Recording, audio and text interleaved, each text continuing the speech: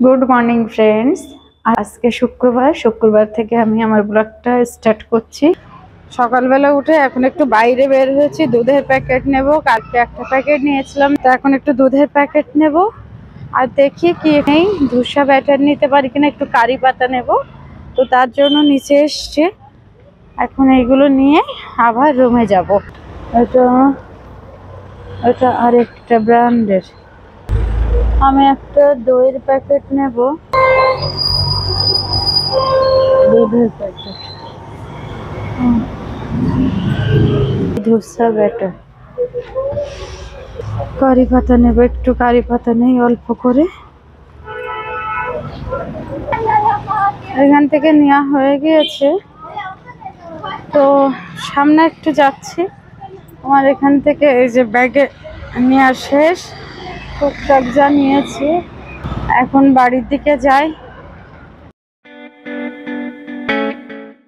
ব্যাগটা ঘরে দিয়ে এসে আমি আবার একটু নিচে এসছি। অ্যাকচুয়ালি সকালবেলার দিকটা আমার নিচে নামাই হয় না। আয়ুষের স্কুল, ওর বাবার অফিস, এইসবের জন্য সকালটা আমার নামা হয় না। বাইরে থেকে চলে এসছি, অ্যাকচুয়ালি নিচে গিয়েছিলাম আর এই যে তুলসী পাতা তুলে নিয়ে এসছি। তুলসী পাতা নিয়ে আসতে গিয়েছিলাম, সোসাইটিতে প্রচুর তুলসী গাছ এবং পাতাগুলো অনেক বড় বড়, খুবই ভালো। এই জন্য আমি নিয়ে আসতে গিয়েছিলাম, ঘরেও তুলসী গাছ আছে। এখন সকালে যে ধোসা ব্যাটারটা নিয়ে এসছি ওটা আমি তৈরি করব।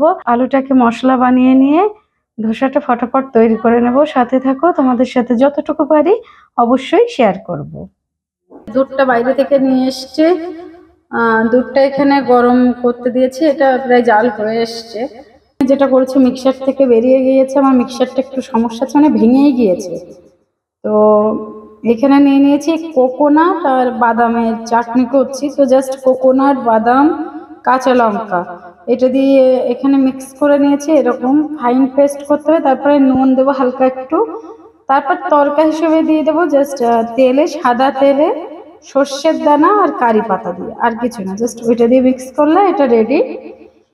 থেকে যে ডাবটা নিয়ে এসেছিলাম, ডাবটা কেটে জল অল্প একটু হয়েছে, তো এটা এখন আয়ুষকে দিয়ে দেব। আয়ুষ এই জলটা খেয়ে নেবে।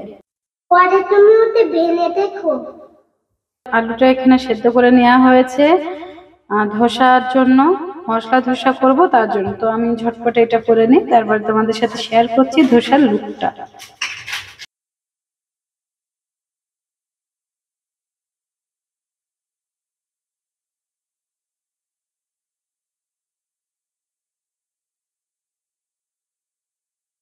আমি তোমাদের সাথে শেয়ার করেছি, এটা হয়ে গিয়েছে। এটা নারকেল বাদামের চাটনি করেছি। তো জাস্ট তেলের উপরে সর্ষের দানা আর কারি পাতা দিয়েছি, তেলের মধ্যে এগুলোকে একটু ভেজে নিয়েছি। এগুলো দিয়ে একটু ভেজে নিয়ে সেটাকে দিয়ে এটা মিক্স করে নিয়েছে। তার আগে আমি হালকা একটু নুন দিয়ে বাদাম আর নারকেলের যে মিশ্রণটা সেটাকে একটু ফেটিয়ে নিয়েছি জল দিয়ে, এরকম একটু পাতলা হয়েছে। এই যে একটা সাইডে সরিয়ে দেবো। এবার ধোসার জন্য আলুর যে মশলা এটা রেডি করব। এই যে আমার মশলা ধোসার জন্য আলুটা রেডি করা হয়ে গেছে, এটা একদম রেডি। রেডিমেড যে ব্যাটারটা আমি কিনে নিয়ে এসেছি সেটা, তা এটা এখানে লিখে দেওয়া আছে যদি ইডলি বানাই, এটা ইডলি ধোসা দুটোরই জন্য। তো যদি আমি এখানে ইডলি বানাই তাহলে বলতে চাচ্ছে যে এই যা আছে ব্যাটার এটাই থাকবে। যদি ধোসার জন্য বানাই তাহলে এর থেকে আর একটু পাতলা করতে বলছে, একটু জল দিতে বলছে। আর প্রথমে নুন দিয়ে খুব ভালো করে ব্যাটারটাকে ফেটিয়ে নেব। আমি অর্ধেক মতো নামিয়ে নিয়েছি। তো এটা দিয়ে আগে ট্রাই করে দেখি, আমি কখনো রেডিমেড ব্যাটারে তৈরি করিনি, তো আজকে তৈরি করে দেখব হয় কিনা। আগে নুন দেব।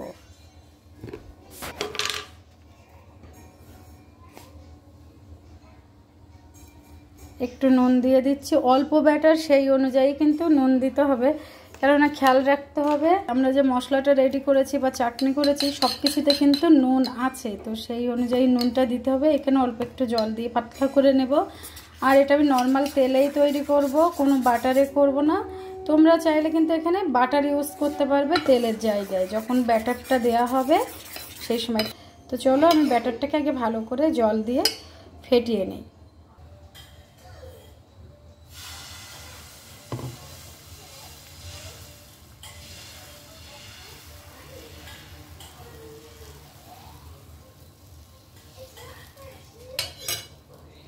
ফ্লেমটাকে কিন্তু লোয়ে দিয়েছি, এভাবে রেখেছি। আর সাইড থেকে একটু তেল দিয়ে দেব।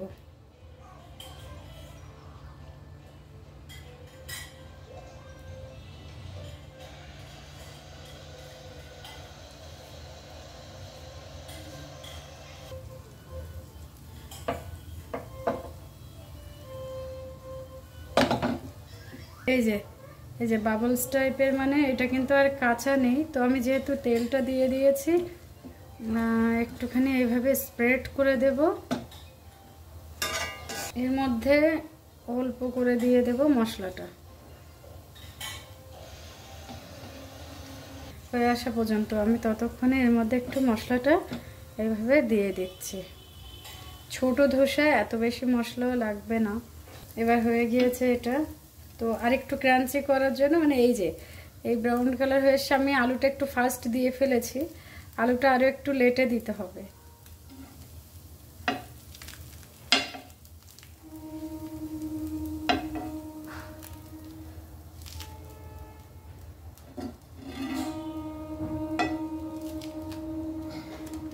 এই যে দেখো কত সুন্দর।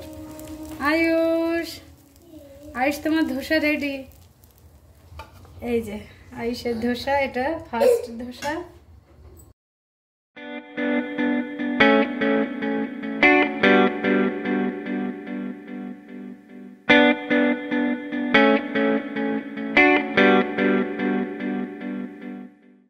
তিনটে ধোসা।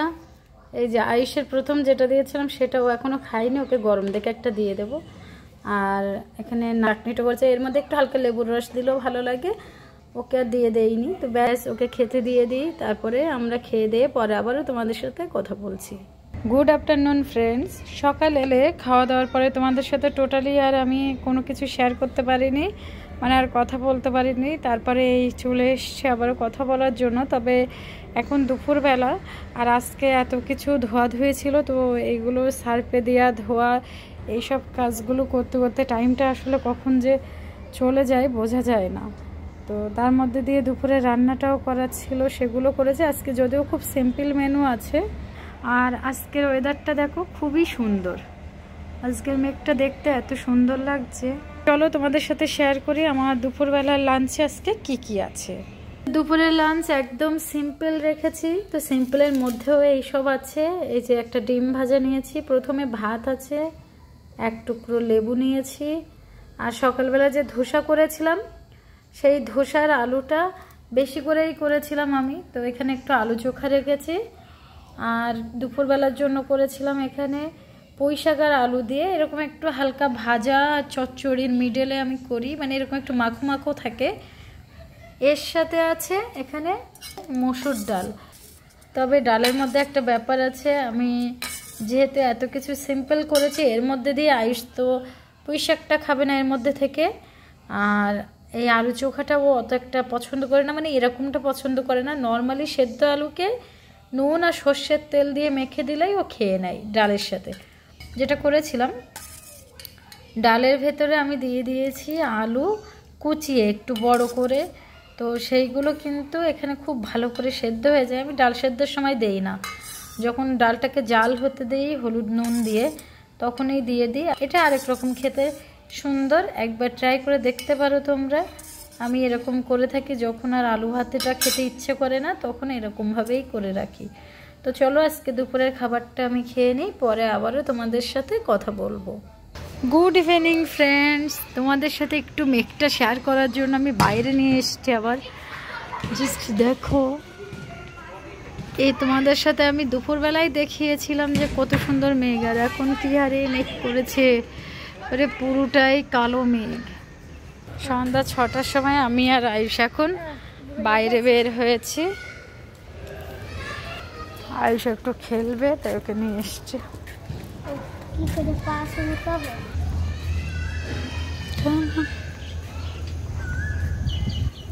আমি আর আয়ুষ একটু এই সন্ধ্যাবেলায় বের হয়েছি, ওকে একটু খেলা করার জন্য নামিয়েছিলাম, তারপরে একটু বাইরে বের হয়েছি। যে এইদিকে এই যে গণেশ মন্দিরটা আছে, তোমাদের সাথে শেয়ার করেছিলাম গণেশ পুজোর দিন গণেশ মন্দির, সেখানে সন্ধ্যাবেলাটা কখনো আসা হয়নি। আজকে সন্ধ্যাবেলাটা এসছে এখানে।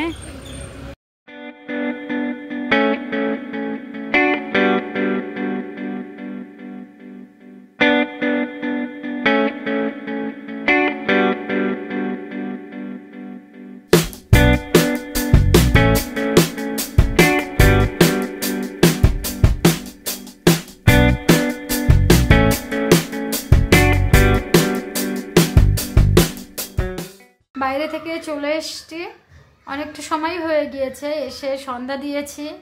কেননা সন্ধ্যা হয়ে এসছিল, ওকে নিয়ে একটু হাঁটতে বের হয়েছিলাম, এদিক ওদিকে একটু ঘুরেছি। আর তারপরে মন্দিরে গিয়েছি, সেটা তোমাদের সাথে শেয়ার করেছি।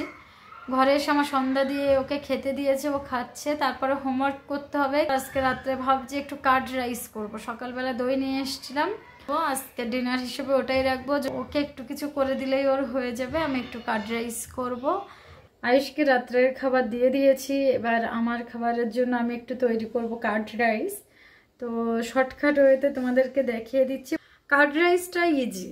যদি ঘরে বাসি ভাত থাকে আর যদি কেউ আতপ চাল খেয়ে থাকে, তাহলে আতপ চাল করে যারা, তাদের জন্য সুবিধা বেশি। একটু গলা গলা ভাত হলে বেশি ভালো হয় কার্ড রাইসের জন্য। যদি সেদ্ধ চাল হয়, সেটা ফ্রেশ ভাত হোক বা বাসি ভাত।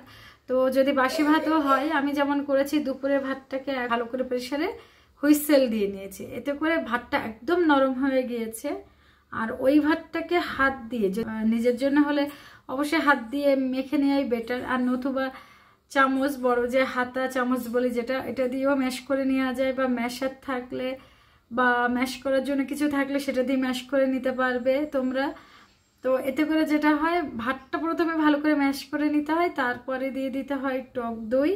হালকা টক দই হলে সব থেকে ভালো হয়। এতে নুন, ভাত আর টক দই আগে মেখে নিতে হবে, তারপরে বাকি প্রসেস ফোড়ন করতে হবে সেটা। তো চলো তোমাদের সাথে আমি টুকটাক করে দেখাবো। ব্লগটা অলরেডি অনেকটা বড় হয়ে যাচ্ছে, এর থেকে বেশি বড় করব না। চলো সংক্ষিপ্তভাবে তোমাদের সাথে আমি শেয়ার করছি। আমি দই নিয়ে নিয়েছি, আর এখানটায় নিয়ে নিয়েছি ফোড়নের জন্য আছে। এর মধ্যে এই ইনগ্রিডিয়েন্টস কিন্তু কোনো মাপের না, রাইস।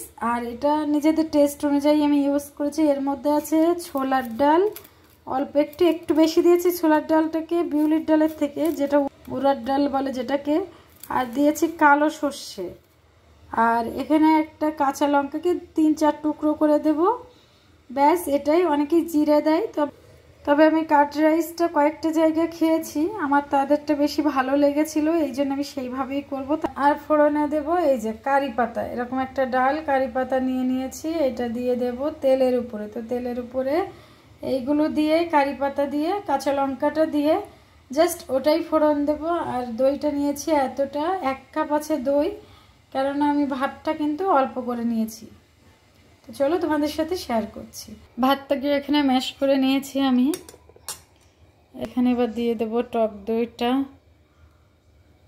দইটাকে দিয়ে এটাকে মিক্স করে 2-4 মিনিট বা তার একটু বেশি টাইম ধরে এটাকে একটা সাইডে সরিয়ে রাখলে ততক্ষণে দইয়ের মধ্যে ভাতটা কিন্তু বেশ ভালোভাবে মজে আসবে। তারপরে ফোড়নটা করে এর উপরে দিয়ে মিক্স করে নিতে হবে। তো আমি এই কাজটা করে নিই। আগে দেখতে হবে যে দইটা কম পড়েছে কিনা। আর এখানে তোমরা চাইলে একটু কিন্তু লিকুইড হিসেবে এখানে দুধও মিশাতে পারো। দুধ আর দই অনেকে একসাথে পছন্দ করে না, মানে প্রেফার করেই না খাওয়া। তো সেই ক্ষেত্রে তোমরা অ্যাভয়েড করতেই পারো। আর যদি ভাতটা জল দিয়ে ভালো করে এরকম গলিয়ে, মানে গলা গলা করে নিতে পারো, তাহলে দেখো আমার এটা আমি যতটা দই দিয়েছি একদম ঠিক আছে, কেন অনেকটা ড্রাই হয়ে যায়নি। তো তোমরা চাইলে এটা একটু জল দিয়ে ভালো করে গলিয়ে নেবে ভাতটাকে। বা যে ভাতটা অনেক সময় দেখা যায় রান্না করলে যে গলে আসে, ওই ভাতটা দিয়ে কার্ড রাইসটা আরও বেশি ভালো হয়।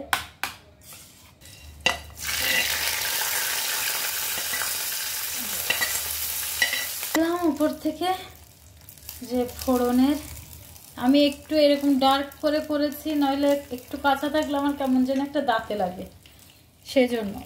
তো হয়ে গিয়েছে কার্ড রাইস, জাস্ট এটাকে মিক্স করবো, ব্যাস মিক্স করে দেব। কারি পাতা কিন্তু আমি ইচ্ছে করে বেশি করে দিয়েছি, এটা কিন্তু নিজেদের পছন্দ, কেউ চাইলে কম বা চাইলে বেশিও দিতে পারবে।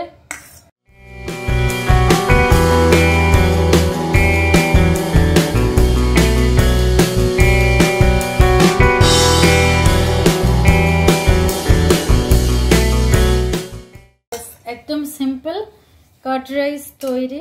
এই যে সিম্পল কাট রাইস আমার রেডি হয়ে গেল। এবার রাত্রের খাবারটা খেয়ে নিই, তারপরে তোমাদের সাথে আবারও কথা বলবো। আমাদের রাত্রের খাওয়া শেষ, আর এখানে কিন্তু বৃষ্টির জন্য জামা প্যান্ট এখানে শুকাতে দিয়েছি। বাবাই দরজাটা খোলো। রাত্রের বেলার আকাশটা তোমাদেরকে একটু দেখাই। এখন 11:45 বেজে গিয়েছে।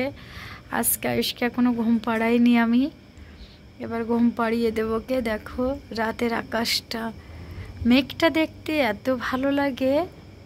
যেমনই হোক দেখতে কিন্তু ভালোই লাগে, কেননা একমাত্র মেঘের নিচে থাকলে নিজেকে যেন একটা অন্যভাবে খুঁজে পাওয়া যায়। মেঘ, সমুদ্র, প্রকৃতি এইগুলো আসলেই অন্যরকম সুন্দর। চারটাকে শেয়ার করি, এই যে চারটা দেখো। তো আমার ভিডিওটা আজকে অলরেডি অনেকটাই বড় হয়ে গিয়েছে, আমি আর কন্টিনিউ করব না আজকের ভিডিওটা এ পর্যন্তই থাকবে। যদি কোনো কারণে তোমরা আমার ভিডিওটা পছন্দ করে থাকো তাহলে প্লিজ আমার চ্যানেলটাকে লাইক, শেয়ার এবং সাবস্ক্রাইব করো। আর সাবস্ক্রাইবের পাশে থাকা বেল আইকনটা ক্লিক করলে আমি যখনই আমার চ্যানেলে নতুন কোনো ভিডিও আপলোড করব সাথে সাথে তার নোটিফিকেশান তোমাদের কাছে চলে যাবে। দেখা হবে নেক্সট কোনো ব্লগে। ততক্ষণ অবধি সবাই ভালো থেকো।